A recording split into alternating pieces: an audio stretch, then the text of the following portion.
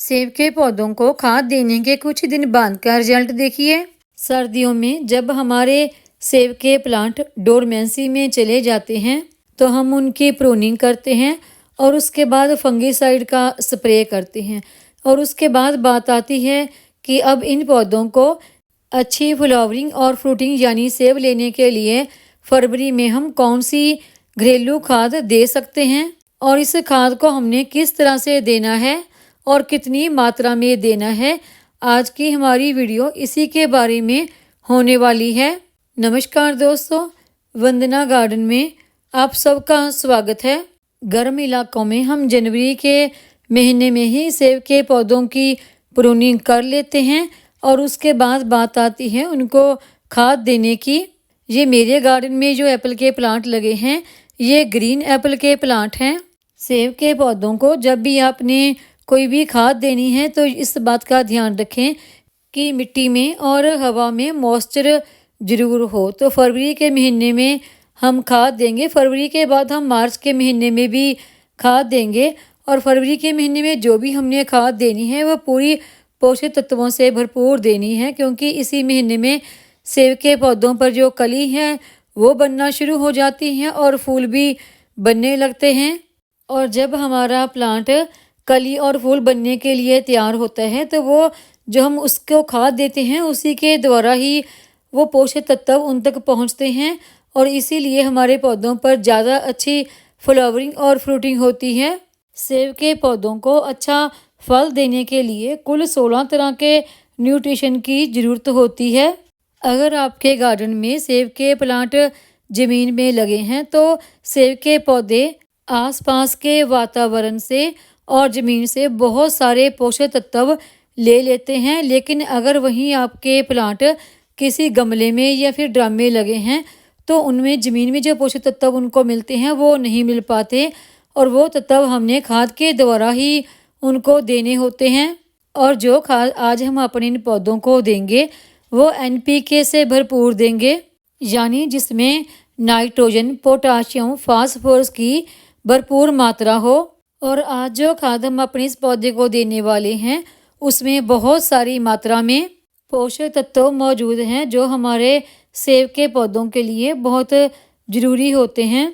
जब भी आपने अपने पौधों को खाद देनी है तो उसमें कुछ दिन पहले से ही वाटरिंग बिल्कुल बंद कर दें और सेब के गमले की मिट्टी की अच्छी तरह से गुड़ाई करके या तो पूरी मिट्टी को बाहर निकाल दें, नहीं तो इस मिट्टी को जो प्लांट की मेन स्टेम है उसके आसपास से इकट्ठी कर दें और प्लांट के चारों तरफ एक गड्ढा सा बना लें खाद देने के लिए। और जो खाद हमने देनी है जो इस प्लांट की मेन स्टेम है उससे काफ़ी दूरी पर देनी है। अगर तो आपने प्लांट ज़मीन में लगा रखा है तो कम से कम प्लांट के चारों तरफ 1-1 फुट जगह छोड़ के गड्ढा बना लें, जिसे कि तौलिया बना लेना भी कहते हैं।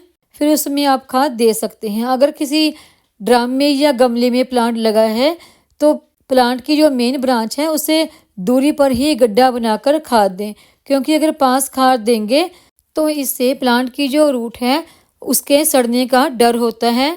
सारी ही मिट्टी हमने मेन जो ब्रांच है उसके आसपास इकट्ठी कर दी है और ये देखिए कुछ छोटी छोटी सी रूट्स आपको इसकी नज़र आ रही होंगी।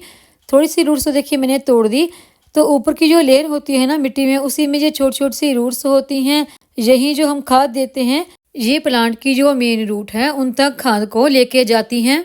तो सारी मिट्टी देखिए हमने इकट्ठी कर दी है और आज इस प्लांट को देने के लिए जो खाद हमने ली है वो है ये गोबर की सड़ी हुई पुरानी काली खाद।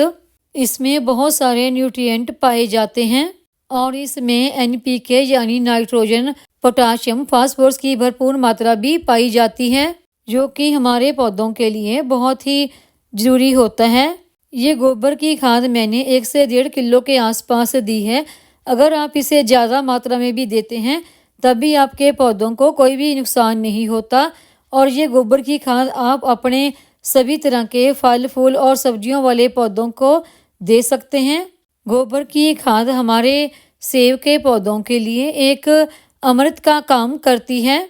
अभी हम इस खाद को जो हमने साइडों पे मिट्टी इकट्ठी की थी उसे अच्छी तरह से कवर कर देंगे, क्योंकि अगर गोबर की खाद मिट्टी के ऊपर की लेयर पे रहेगी तो वो जल्दी सूख जाएगी तो इसका हमारे पौधों पर कोई भी असर नहीं होगा।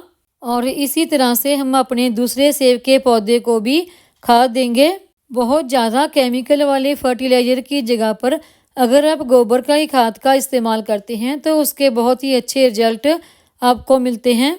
और इस दूसरे प्लांट को भी हमने इसी तरह से गोबर की खाद देकर ऊपर से मिट्टी से अच्छी तरह से कवर कर देना है, ताकि जो इससे जो गैस बने वो प्लांट की मिट्टी में अच्छी तरह से मिक्स हो जाए।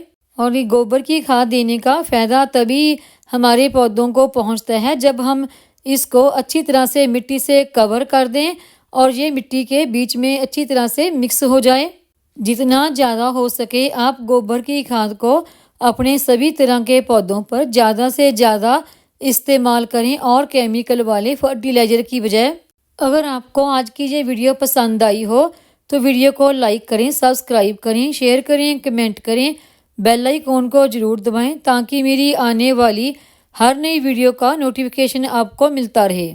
और ये सेब के पौधों को खाद देने के कुछ दिन बाद का रिजल्ट देखिए, इसमें अच्छी फ्लावरिंग भी अब शुरू हो गई है।